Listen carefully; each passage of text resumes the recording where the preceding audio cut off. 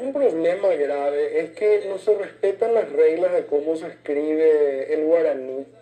Porque yo aprendí de una manera en el colegio y cuando después te transcriben algo, no respetan las reglas con las tildes, con el pusol, con diferente. Entonces cuando uno quiere leer, si uno no está muy familiarizado con esa palabra, si en un lado respetaron la tilde y en otro lado no respetaron, entonces ahí se te arma un cortocircuito mental, porque por ejemplo siempre se tiene que acentuar en la última sílaba si es que no está pintado, y así otro tipo de cosas, y a veces lleva tilde, no son las mismas reglas de palabras, drújula, grave y demás. Entonces eso es lo que confunde muchas veces cuando uno lee en guaraní. Hay una cuestión interesante detrás de eso que me parece importante mencionar, Hugo.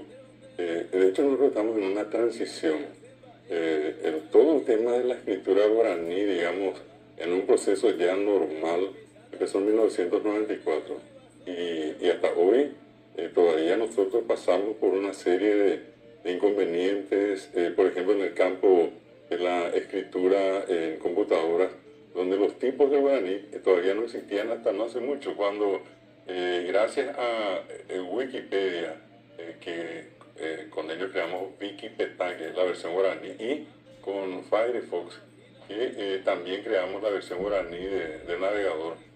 Allí cuando ellos nos consultaron, ¿será que la G que lleva la tilde encima, parecía la de la ñ, es importante y que las vocales nasales también son importantes? Nosotros le dijimos que sí, y gracias a ellos hoy tenemos instalado, digamos, para el uso de la gente, la posibilidad de descargar eso y poder escribir. Sin embargo, es una cuestión muy reciente. Yo creo que todavía esto va a llevar un proceso de 5 hasta 10 años más para que se normalice.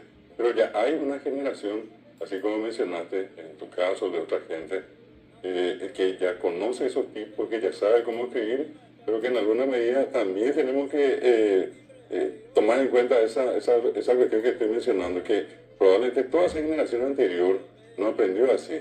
Y entonces allí se genera una confusión. Por eso yo creo que esta es una generación intermedia. Hay un proceso que apunta a escribir guaraní aquí a un tiempito más, ya seguramente todo lo vamos a hacer de la manera que corresponde.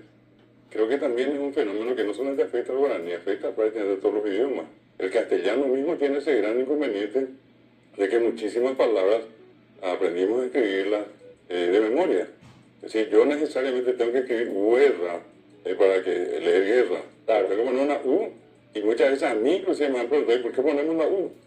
Y bueno, en la H intermedia, cuando es zanahoria, la H, ¿verdad? Y no suena, pero tenemos que usar esa letra porque es parte de la ortografía de la palabra. O mismo el caso de la Z, que en muchísimos casos, yo hablo del ámbito universitario, gente que escribe zanahoria con S, ¿verdad? Cosa hasta día común. ¿Y por qué? Porque no hemos aprendido, no hemos retenido la memoria, porque eso se aprende de memoria, no es por una cuestión lógica, porque no escuchamos ni la Z acá en nuestro ambiente, mucho menos obviamente la H que es muda. Claro. Ese fenómeno, insisto, cierro la idea, está ocurriendo con el guaraní, un proceso muy interesante donde de la oralidad hoy estamos pasando a la escritura, pero hay que entender que es algo que va a llevar todavía su tiempo.